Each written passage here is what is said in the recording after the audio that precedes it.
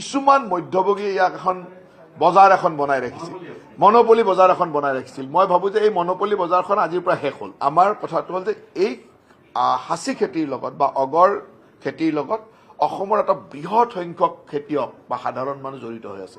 তেওঁলোকে নিজৰ ঘৰত খেতি কৰে, নিজৰ ঘৰত গছ উৎপাদন কৰে।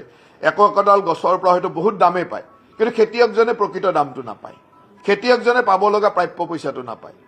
বেলেগ মধ্যভোগীসকলে ইয়াৰ সুবিধাটো লৈ থাকে। সেইকাৰণে খেতিয়কসকলক ৰেজিষ্টাৰ কৰাৰ পৰা তেওঁলোকে খেতিয়কসকলে প্ৰাপ্য দাম পোৱাৰ পৰা আনকি কোৱালিটি টেষ্টিঙৰ কাৰণেও ৰিস্ক নেৰামেক বা এনেকুৱা ধৰণৰ বিভিন্ন অনুষ্ঠানক আমি কেনেকৈ জড়িত কৰিব পাৰোঁ, এভৰি চাব ডিভিজন এভৰি ডিষ্ট্ৰিক্টত কেনেকৈ একোটা টেষ্টিং লেবৰেটৰী, এজন খেতিয়কে তেওঁৰ প্ৰডাক্টটো কিমান দামত বিক্ৰী হ'ব তাৰো গছডাল কাটাৰ পিছতে যাতে লেবৰেটৰীলৈ লৈ গৈ টেষ্ট কৰি আনি ক'ব পাৰে যে এইটোৰ দাম ইমান হ'ব লাগে, যাতে মধ্যভোগীয়ে তেওঁক ঠগাব নোৱাৰে।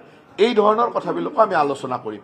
এতিয়া মই ভাবোঁ যে এতিয়া খুব সহজ আৰু ষ্ট্ৰীমলাইনিং হৈ যাব। তেতিয়া আৰু সকলো বৈধ ব্যৱসায় কৰিব। বৈধতা যেতিয়া আপুনি অপেনলি অনলাইনতে ৰেজিষ্ট্ৰেশ্যন কৰিব, অনলাইনতে অগৰৰ মানে জিঅ' টেগিং কৰি আপোনাৰ কিমান জোপা অগৰ আছে তাক সুন্দৰভাৱে ৰেজিষ্টাৰ কৰি দিব পাৰোঁ। আপুনি সেই অগৰৰ পৰা বিক্ৰী কৰাত কোনো অসুবিধা নহয়। ডেক বনাব, আপুনি অনলাইনতে ৰেজিষ্ট্ৰেশ্যন কৰিব, ফিজ দিব, কৰিব।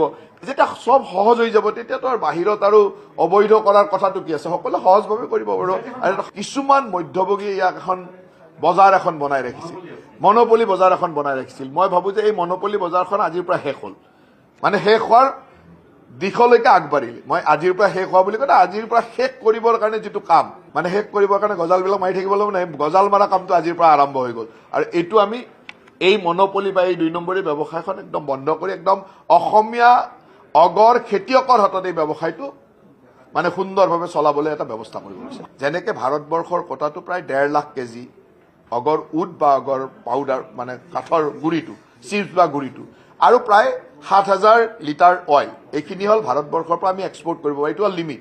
তাৰ 76% মান অসমৰ লিমিট, তাৰমানে 1,20,000 কেজিমান আমি কৰিব পাৰোঁ, আৰু 5,500 কেজিমান অইল আমি এক্সপৰ্ট কৰিব পাৰোঁ। কিন্তু দুৰ্ভাগ্যজনক কথা যে ইমানবিলাক নীতি নিয়ম বা যি ধৰণৰ গণ্ডগোলৰ কাৰণে যোৱা বছৰ মাত্ৰ 112 কেজি এক্সপৰ্ট কৰিছোঁ। গতিকে অসমত ইমান সম্ভাৱনা থকাৰ পিছতো কেন্দ্ৰ চৰকাৰে 1,20,000 কেজিলৈকে এক্সপৰ্ট কৰিব পৰা বুলি কোৱাৰ পিছতো মাত্ৰ 112 কেজি যোৱাবাৰ এক্সপৰ্ট হৈছে। গতিকে ইয়াত ক'ৰবাত নহয় ক'ৰবাততো গণ্ডগোল আছে।